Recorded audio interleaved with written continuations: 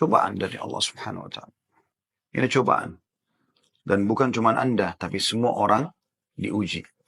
Lalu bagaimana cara kita melewati cobaan, teman-teman sekalian? Saya coba berikan beberapa kiat. Yang pertama, Anda yakin kulla yusibana illa ma kataballahu lana. Allah mengatakan dalam Al-Quran, ya, katakanlah kami tidak akan ditimpa kecuali dengan apa yang sudah Allah catatkan buat kami. Memang Allah takdirkan di detik ini, di waktu ini sedang ada cobaan seperti itu.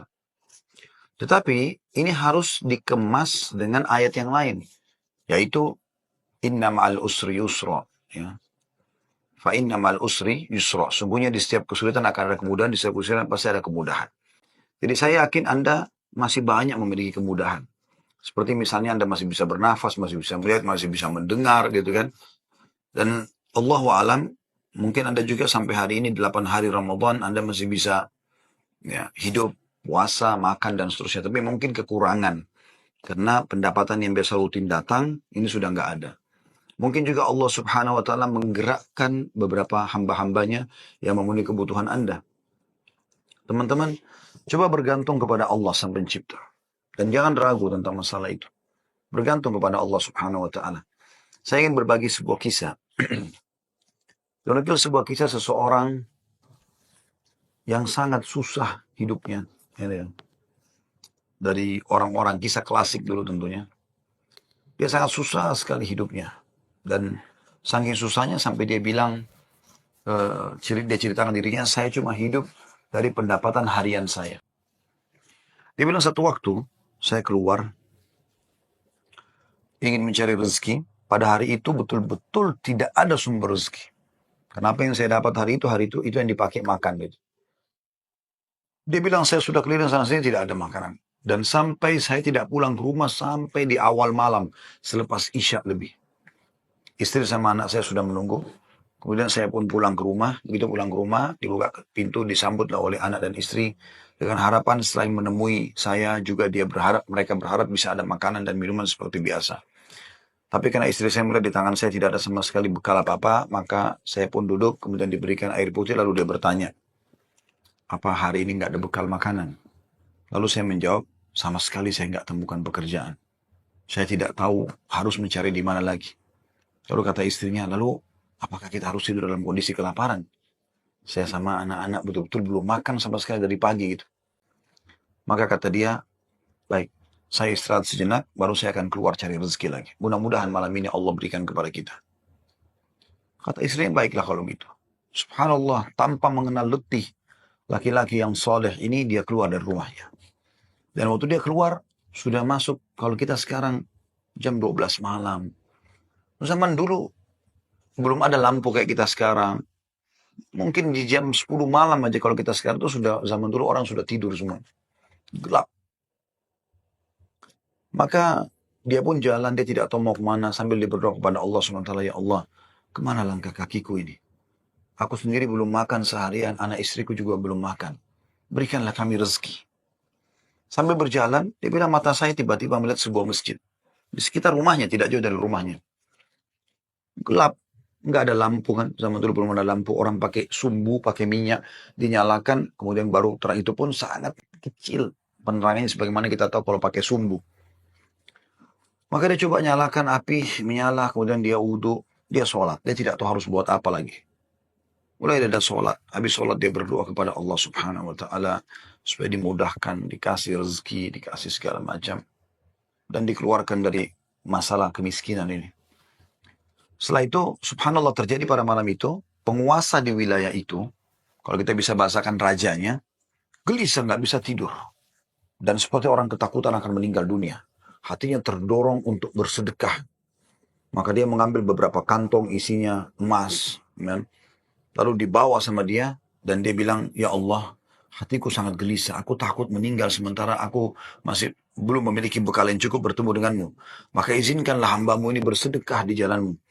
Dia bawa berapa banyak karung yang dia bisa bawa. Karung-karung kecil, bungkusan emas semuanya. Dia naik kuda dan dia mengatakan, ya Allah, dan aku minta petunjuk kepadamu. Aku tidak akan memegang tali kekangan kudaku ini, aku biarkan jalan. Raja, tidak minta dikawal oleh siapapun. Tergerak hatinya begitu. Subhanallah dia jalan. Jalan. Subhanallah ya, Maha Suci Allah kisah nyata ini menjelaskan. Kudanya berhenti di masjid yang ada orang soleh tadi yang susah itu. Dia juga heran. Kudanya masuk di halaman masjid, diam di situ. Dia turun. Apa ini rahasianya? Kenapa Allah datangkan ke masjid ini? Dia bilang, saya masuk ke masjid, gelap. Cuma ada satu saja sumbu lampu, ya, sumbu lilin. Kemudian saya mendengar seperti ada orang suara, ya, orang yang berbicara. Saya coba mendekati suara itu, ternyata orang yang sedang berdoa. Nah, tadi orang yang miskin itu berdoa. Ya Allah, mudahkanlah rezeki. Saya sudah seharian tidak makan sama anak istri saya. Berikan kami rezeki. Saya tidak tahu harus kemana lagi. Saya mohon kepadamu. Dia rengek-rengek sama Allah. Raja ini dengar.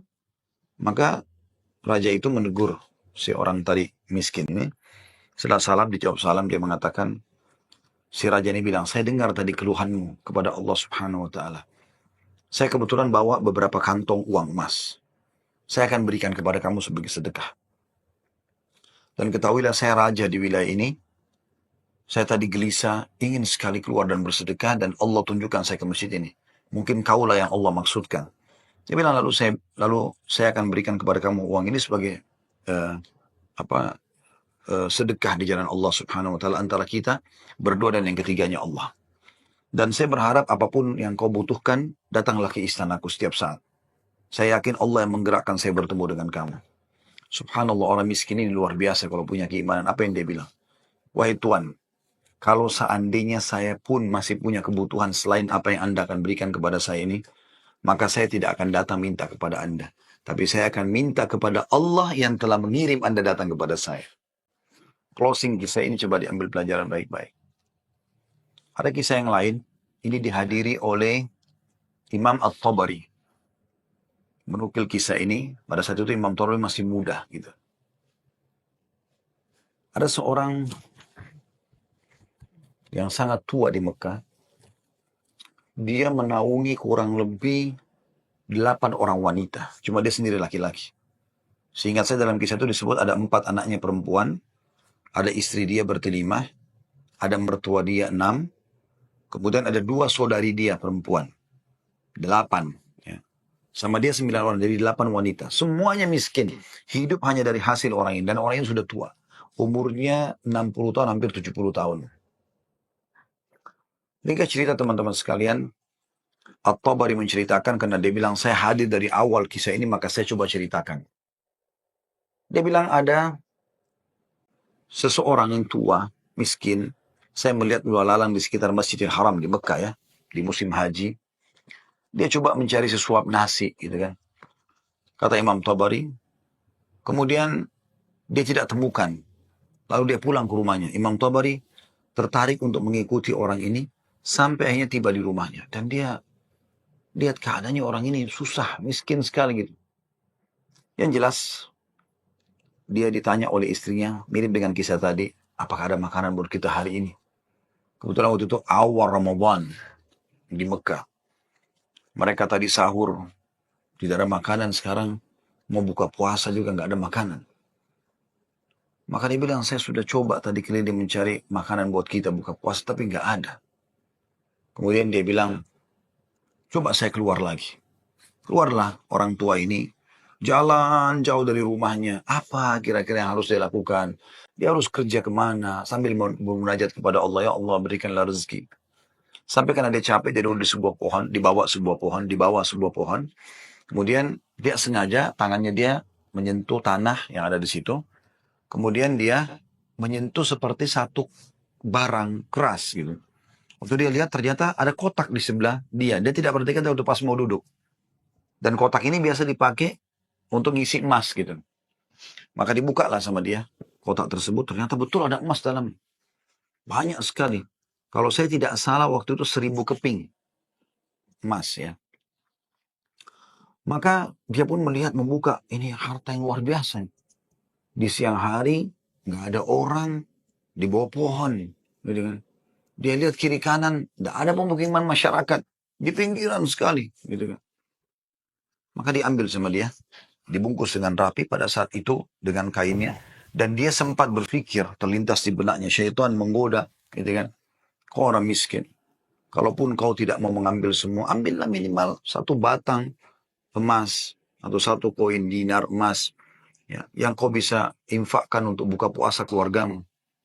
Tapi dia melawan sambil dia mengatakan, nggak bisa, ini bukan hak saya.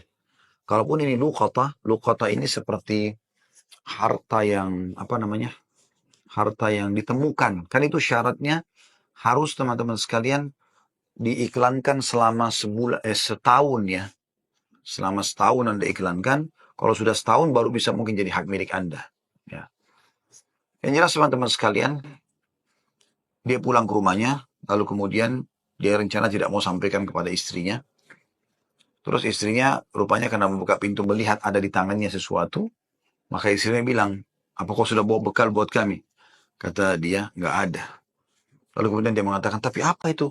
Di bawah bungkusan kainmu. Dia bilang, ini bukan urusan kamu. Dia bilang, saya minta atas sama Allah, jelaskan apa itu. Karena istrinya membawa nama Allah, maka dia mengatakan ceritanya begini tadi. Istrinya, perempuan, miskin, dengar emas, gitu kan. Perempuan kaya saja dengar emas mungkin tertarik, apalagi yang miskin, yang susah gitu. Maka dia mengatakan, kalau gitu kita bisa gunakan, karena kita orang miskin, dan itu harta yang kau temukan. Kata dia, tidak demi Allah. Kalaupun ini kita bisa gunakan, setelah 1 tahun kita iklankan. Tidak boleh sembarangan. Maka istrinya bilang, kalau begitu, mirip dengan tadi godaan awal syaitan. Kalau begitu minimal ambil 1 koin dirhamnya, dinarnya. Kita pakai buka puasa. Halal buat kita sekarang. Kita ini miskin sekali, nggak bisa apa-apa. 8 orang kau harus naungin sekarang. Dia bilang, tidak demi Allah. Kalau seandainya kau sentuh kotak ini ada yang kau ambil, demi Allah kau saya ceraikan. Istrinya kaget dengan kata-kata itu. Akhirnya dia lihat keseriusan suaminya, tidak berani juga. Disimpanlah di rumahnya. Akhirnya tiba waktu buka puasa, mereka buka puasa apa adanya. Air putih saja. Roti-roti kering ada di rumah. Itulah yang dimakan sudah. Besok pagi, selepas sholat subuh di Masjid Haram, orang tua ini pas keluar, ternyata ada 1 orang dari Khurasan. Khurasan ini dari wilayah Irak sama Iran sana ya. Datang, naik di atas sebuah batu dekat Masjid Haram, lalu teriak-teriak. Ya. Dia mengatakan, wahai muslimin, wahai orang-orang yang sedang haji, wahai hamba-hamba Allah, saya kehilangan sebuah kotak emas, kotak isinya 1.000 dirham emas, 1.000 dinar emas. Siapa yang menemukan, tolong kembalikan kepada saya dan semoga Allah balas kebaikannya dengan pahala dan pengampunan dosa, peninggian derajat dan seterusnya. Rupanya si orang tua ini dengar, kotak ini dia yang temukan kemarin. Tapi dia juga butuh. Maka dia mengatakan, wahai Khurasani. Khurasani kayak orang dari Khurasan. Dia tahu ini dari Khurasan. Mungkin dari face wajahnya gitu kan. Mirip-mirip orang Khurasan. Wahai Khurasan. Kalau ada orang yang temukan, berapa kau kasih dia? Kemudian kata orang tersebut gitu kan. Khurasan itu, berapa kira-kira dia minta? Kata orang tua ini, minimal aku kasih dia setengahnya. Kata orang Khurasan, tidak bisa. Kalau begitu, kasihlah berapa yang kau mau. Mungkin 1/10-nya. 10% maksudnya. Kata orang Khurasan, tidak bisa. Dia kembalikan karena Allah, dan saya doakan supaya dapat pahala di sisi Allah. Dia miskin. Ini hari kedua Ramadan. Sahur dan buka puasa kemarin pas-pasan cuma dengan roti kering dengan air putih. Sudah tua, umurnya hampir 70 tahun. Mau kerja di mana? Di rumahnya sudah ada emas yang begitu banyak. Godaannya luar biasa. Ya. Ini teman-teman mohon maaf agak panjang saya sampaikan dan saya jawab pertanyaan ini karena saya melihat memang ini permasalahan yang dihadapin sekarang ya. Dan butuh jawaban secara keimanan. Apalagi tadi penanya tadi minta semacam motivasi apa yang bisa disampaikan. Jadi saya harus menyampaikan kisah ini. Mudah-mudahan teman-teman yang sedang menghadapi PHK, lagi susah kayak tadi ibu ini berkeluh kesah, suaminya hanya kuli bangunan, sekarang lagi berhenti dan segala macam. Insya Allah diberikan jalan keluar. Baik, kita kembali ke kisah tadi teman-teman sekalian. Maka orang ini pulang ke rumahnya lalu dia mengatakan, wahai istriku, aku sudah temukan pemilik emas ini. Kata istrinya, alhamdulillah kalau begitu. Bagaimana perkembangan? Tapi saya minta sama dia supaya dia bayar sesuatu. Terus negosiasi dia tanya mau berapa? Saya bilang sekitar setengahnya. Dia nolak. Ya, sepertiganya menolak, seperempatnya menolak. Sampai saya terakhir tekankan 1/10-nya saja. Dia juga nggak mau. Dia hanya mau doakan saja. Kata istrinya, coba kau kembali ke dia. Siapa tahu dia masih mau. negosiasi. Ya kan? Dia bilang baiklah. Dia kembali lagi, ketemu lagi sama orang tadi, gitu kan, di hari yang ketiga sekarang. Maka orang itu sama orang Khurasan naik atas batu yang sama dekat Masjid Haram. Wahai muslimin, wahai orang-orang yang haji, wahai hamba-hamba Allah. Ada nggak menemukan peti saya isinya 1.000 dinar emas, gitu kan. Semoga Allah berikan dia kedudukan, Allah ampuni dosanya, angkat derajatnya dan seterusnya, didoakan gitu. Datang lagi orang tadi mengatakan, wahai Khurasan, saya sudah bilang sama kau kemarin, berilah upah. Mungkin kalau kau tawarkan upah, orangnya mau mengembalikan penemunya. Kata dia, berapa paman saya kasih? Dia bilang, saya bilang kemarin 1/10. Orang sana mengatakan, enggak, saya enggak mau.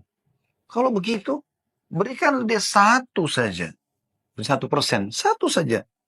Ya, dinar itu, yang dia bisa pakai setengahnya, dia sedekahkan untuk beri makan orang-orang susah di sekitar haram. Setengahnya lagi dia pakai buat kebutuhan keluarganya. Orang Khurasan ini diam lalu mengatakan, tidak demi Allah. Jadi luar biasa, dia nggak mau kasih. Pokoknya dia kembalikan utuh, ya, atau nggak usah. Dan dia berharap pahala di sisi Allah. Kalau dia minta bayaran, saya nggak mau. Orang ini kembali lagi ke rumahnya, bilang lagi sama istrinya, orang ini betul-betul nggak mau. 1 dinar, 1 dinar pun dia nggak mau kasih. Kata istrinya, lalu bagaimana? Kata dia, saya akan berazam sudah mau kembalikan. Semoga Allah menyelesaikan permasalahan kita. Kata Imam Tabari yang menceritakan kisah ini, dia betul-betul hadiri kisah ini. Dia tahu ini jalan ceritanya dan dia menceritakan. Lalu orang ini kembali lagi, ternyata di hari selanjutnya masih sama lagi kejadiannya. Terus kemudian kata orang tua ini karena sudah 3 hari berturut-turut dia mengatakan, wahai Khurasan, kau mau petimu? Saya tahu di mana petimu itu. Kata dia, ya, baiklah, saya akan ikut. Ikutlah dia. Kata Imam Tabari, saya ikut ke rumahnya orang tua ini. Jalan. Pada saat tiba di satu rumah, ada rumah yang terbuat dindingnya dari tanah liat. Sama sekali tidak kelihatan ada layak untuk ditinggal. Tapi hanya sekedar tanah liat, mungkin kalau ada angin kencang bisa rubuh. Atapnya ditutup hanya dengan kain-kain sobek. Ya. Pintunya pun diangkat untuk dibuka gitu. Kemudian dia masuk dan dia persilahkan masuk. Saya pun izin. Saya mengatakan, maaf paman, bisa nggak saya ikut masuk? Karena dari awal saya lihat kisah ini. Maka dia mengatakan masuklah. Dia bilang waktu kami masuk, rumah itu nggak ada sama sekali karpetnya. Nggak ada apa-apa, kosong lompong. Cuma ada semacam sekat dan seakan-akan di belakang sekat itu ada wanita-wanita tua yang kelihatan dari penampilan mereka juga itu susah, bajunya pas-pasan gitu. Lalu kemudian orang tua ini menuju ke satu arah di rumahnya, terus digalilah tanah, dikeluarkanlah kotak tersebut. Lalu kemudian dikatakan, sayalah penemunya hartamu itu. Ini. Dan saya sempat minta sama kamu agar kau berikan sebagian. Sebagaimana kau lihat ini, keluarga saya susah begini. Saya sini 9 orang di rumah kecil ini. Saya sendiri laki-laki dan umur saya sudah hampir 70 tahun. Sementara ini istri saya ada di sini juga sudah tua. Ada mertua saya, ada 2 saudari saya, ada 4 anak saya. Mereka semua miskin. Gitu kan. Maka orang Khurasan itu mengatakan, dia buka, dia periksa, ternyata masih utuh 1.000. Dia mengatakan, tidak. Saya tidak akan memberikan apa-apa. Lalu kemudian dia angkat, lalu dia keluar. Saya cuma bisa doakan kamu kebaikan. Waktu dia keluar, kata Imam Tabari, semua perempuan-perempuan tadi yang tua-tua ini ada, yang memang bajunya kerusuh. Seperti orang yang menggigit jari dan kaget ada orang diberikan kembali 1.000 dinar, tidak dibayar sedikit pun. Dan tokoh kita ini luar biasa, dia hanya mengatakan, Inna lillahi wa inna ilaihi raji'un. Dah, kalimat istirja, ini musibah. Ya, sudah mendapatkan apa dan dia betul-betul jujur, dia jaga, dia nggak ambil karena takut kepada Allah SWT. Dia bilang sementara itu, kata Imam Tabari bilang, saya tidak tahu mau bilang apa. Saya pun menundukkan kepala, serba salah, karena waktu itu Imam Tabari masih muda dan belum punya apa-apa gitu. Dia juga membantu apa gitu. Dia bilang, tiba-tiba ada yang ketuk pintu. Lalu pemilik rumah ini buka, ternyata orang Khurasan tadi kembali lagi. Kata dia, ada apa wahai Khurasan?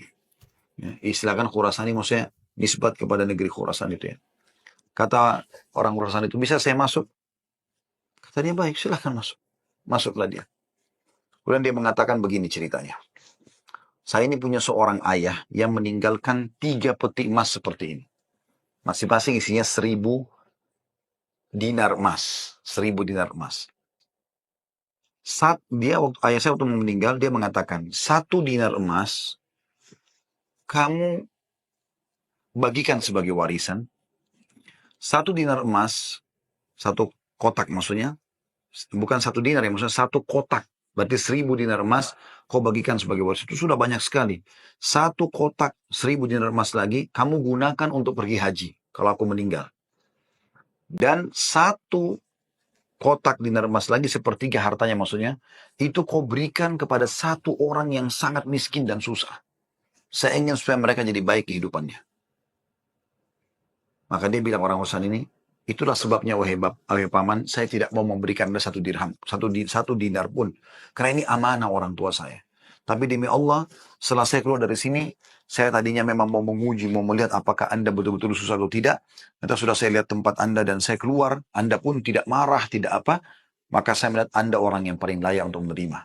Maka ambillah ini semua sedekah atas nama ayahku. Kata Imam Tabari, tiba-tiba orang itu taruh, kemudian dia lari, pergi. Saya berusaha mengejarnya, ingin mengucapkan terima kasih bersama pemilik rumah, kami sudah tidak bisa melihatnya, dia sudah hilang orang itu.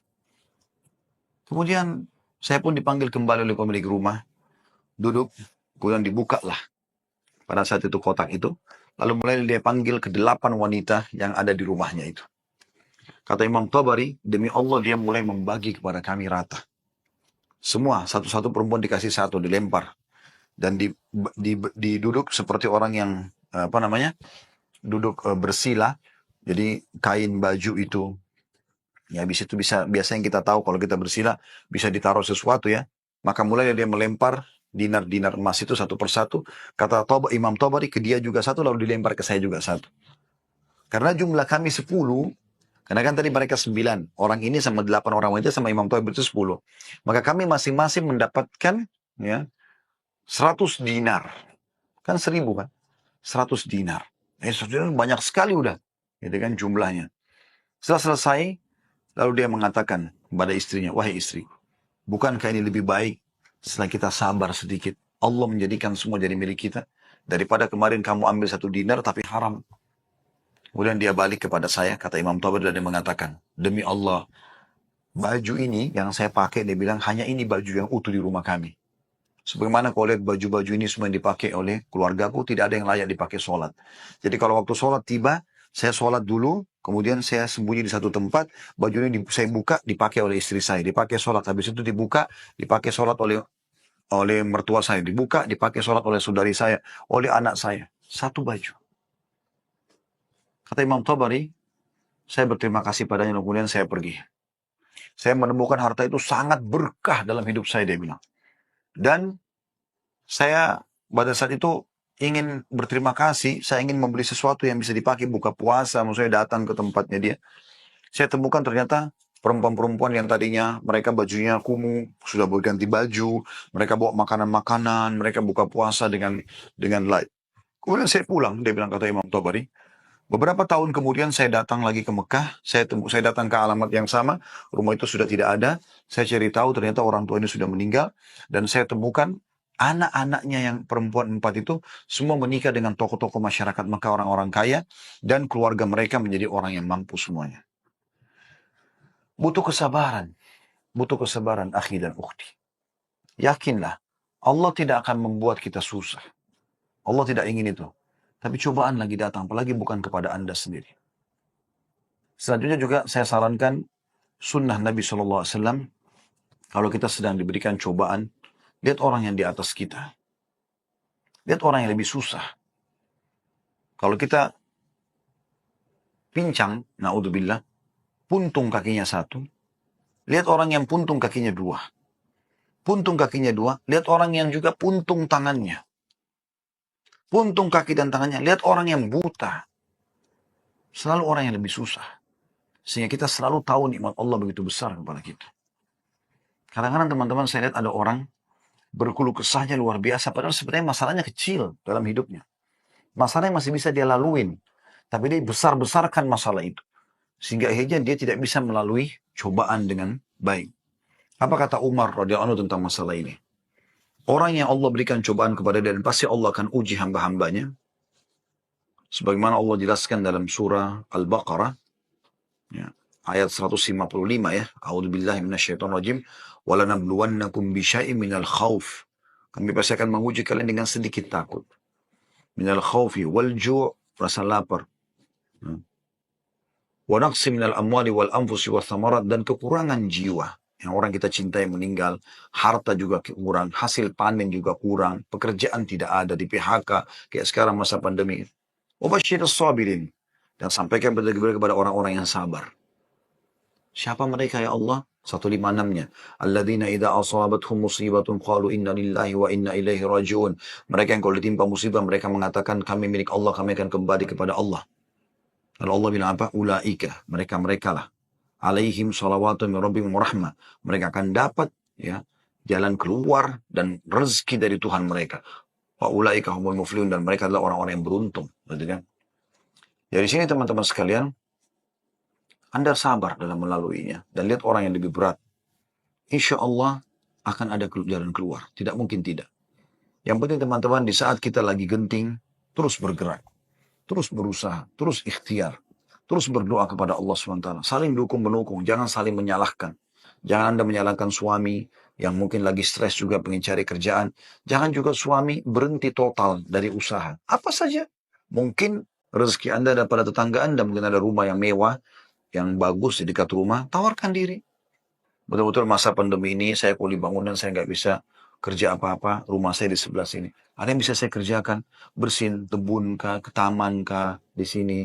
Apalah ya, cuci mobil, kan bisa apa saja. Cuk, mungkin rezeki di situ. Siapa tahu Allah SWT gerakkan mereka orang-orang kaya tetangga Anda itu, justru mereka bisa menyiapkan buka puasa, sahur. Alhamdulillah, kehidupan bisa berjalan. Gitu kan? Maka Allahu alam itu yang saya bisa kasih jawaban, karena saya juga merasa prihatin dengan keadaan ibu dan suami dan semua muslim yang sedang tertimpa seperti ini. Semoga Allah SWT memberikan kita semua jalan keluar yang terbaik. Ya.